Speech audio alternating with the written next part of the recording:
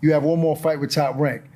Are you able to talk about your career after? Will you end your career at Top Rank, or do you see yourself being somewhere else eventually? Like I said before, I said I'm willing to talk to anybody. So I'm exploring all options. After this fight, exploring all options. Top Rank is still an option. It's not like they're not an option. Right. They done put me in a great position. But you're not saying I'm definitely signing with Top Rank. You're gonna explore your options. Yeah, I'm definitely saying that. I'm definitely. It's not a definite on nothing. Right. So I want to talk to everybody and hear what everybody else say. Right. And honestly, this is what I want to say. What it is with me, I feel as though I'm very influential.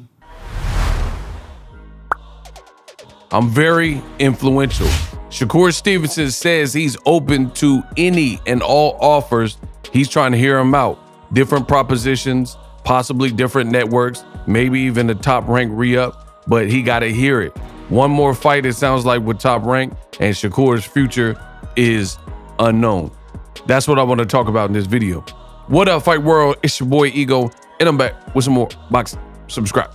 The best in the business, and it's not even close. Shakur Stevenson did an interview with Ak and Barack with the DAZN boxing show.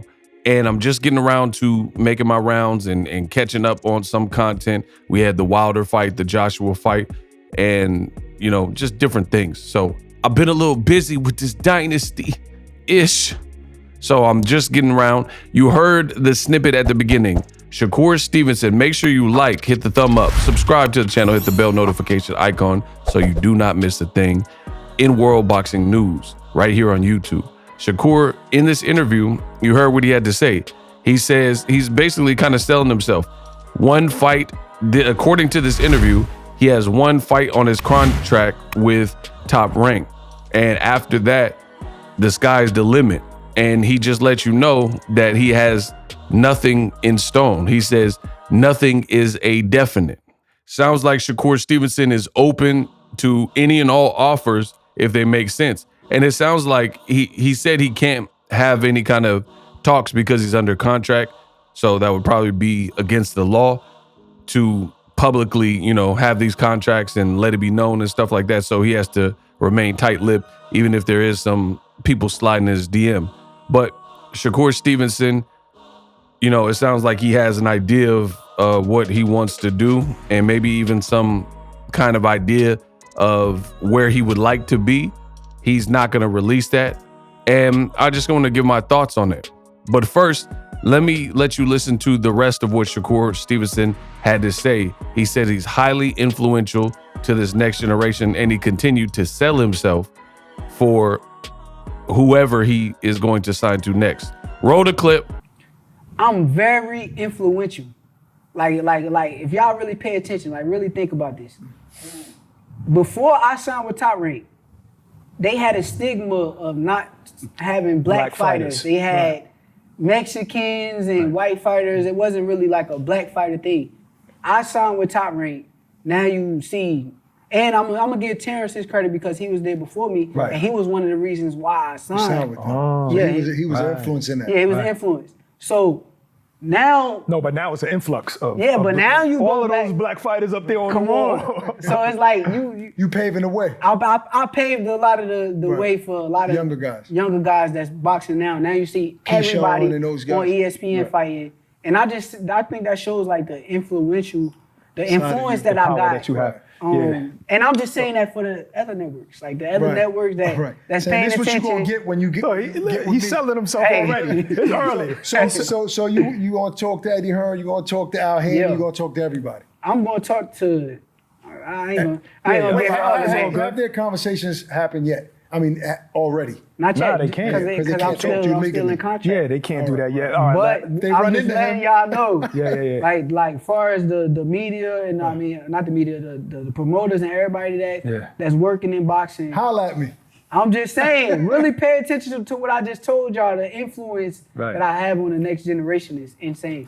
That was Shakur Stevenson in a recent interview, and he says basically his phone lines are open to different offers, and it sounds like, again, he has one fight remaining on the contract. One thing that he said that was the Easter egg, if you paid attention, if you caught it, was he says he's influential to this next generation. He says when Top Rank, you know, they didn't have a reputation for having and luring in a bunch of black fighters. But he says after he signed, you've seen an influx of black fighters like the Keishans and different people gravitate towards Top Rank. Now, you guys let me know in the comment section what you believe. But then the Easter egg was this. He said, and also it was Terrence Crawford, who's my big bro, and he was one of the people because he was there with Top Rank before me. But the Easter egg was him saying that Terrence Crawford was also influential in his decision-making process early on, going from the amateurs to the pro in signing with Top Rank. That I don't think he put, like, it's not surprising given the relationship of Shakur Stevenson and Terrence Crawford. I've always known that they were cool, but I think they've become cooler over the years, like since becoming pro. So I wasn't privy to that specifically, but, you know, looking at their relationship is not surprising. Terrence Crawford, you know, and Shakur seem like they've always had a great relationship. They've sparred, things like that. But that's the first time that I could recall on Wax, Shakur Stevenson actually admitting and saying that Terrence Crawford was one of the reasons. Like, we already knew about Andre Ward was, you know, an early mentor for him, and Jay Prince, things like that. But I don't remember on Wax Shakur Stevenson attributing Terrence Crawford as being part of his influence. Now, the reason why this is important is because he's saying he's influential, and he basically lured black fighters to the platform by being a decorated black fighter himself and an Olympian and a silver medalist. And he's influential in the future generations. Like, people all respect Shakur's boxing ability, ring IQ, and, you know, he has probably good relationships with a lot of these younger fighters that most likely aren't in his weight class and things like that. But the reason why this is interesting is because Terrence Crawford ended up leaving and then doing business with Al Heyman and PBC and doing the biggest fight of his career in terms of the Errol Spence fight, probably making the most money. I wouldn't even say probably. He made the most money fighting Errol Spence that he's ever made. And it's just interesting how things work. Like, it's like your boy getting you a job at his job, and he's like, man, it's a cool place to work. I love it, blah, blah, blah. And then your boy ends up leaving the job, and then you left your last job to go there thinking, you know, it was the spot. And then your boy leaves, and then now you working at the job, but he's no longer there. That's kind of what happened. Terrence Crawford, if he was instrumental in Shakur actually signing with Top Rank, then he ended up suing.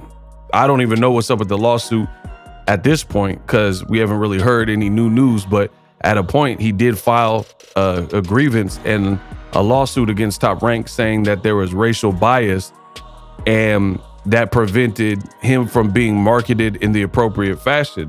So it's interesting that Shakur, in this new interview, he's saying that his presence and Terrence Crawford's presence attracted black fighters to go to Top Rank, but then later Crawford left Top Rank and then alleged that there was racial injustices or some kind of racial biases that were present in the organization, which forced him to leave, and ultimately he didn't get promoted how he seen fit. So I think that's an interesting dynamic. As far as Shakur's future, I mean, I can't really say too much. I think he has the right idea of talking to everybody. That's what you're supposed to do. I mean, if you're selling an object or selling an item or a product, you're supposed to sell to the highest bidder, you know, the deal that makes the most sense. It doesn't make any sense any other way. So yeah, you're supposed to explore all your options. This is your career, this is your future. So you shouldn't just be like, oh, it's Top Rank, you know, or nothing, or it's this or nothing. You should definitely hear out people who are interested in you, see what their platform's like, see, you know, where you would be fighting, the opportunities. Can you get on pay-per-view and start making the pay-per-view star power, you know, big blockbuster money? Do they have the right options for you to fight in or around the weight classes you plan to compete at? So there's a lot that goes into it. Are the perks and, you know, the pros and cons there for you? So Shakur definitely has the right idea. by hearing everybody out. Let me know what you guys think. Where will Shakur go when it's all said and done? It sounds like one more fight, and then he's a free agent. You must subscribe.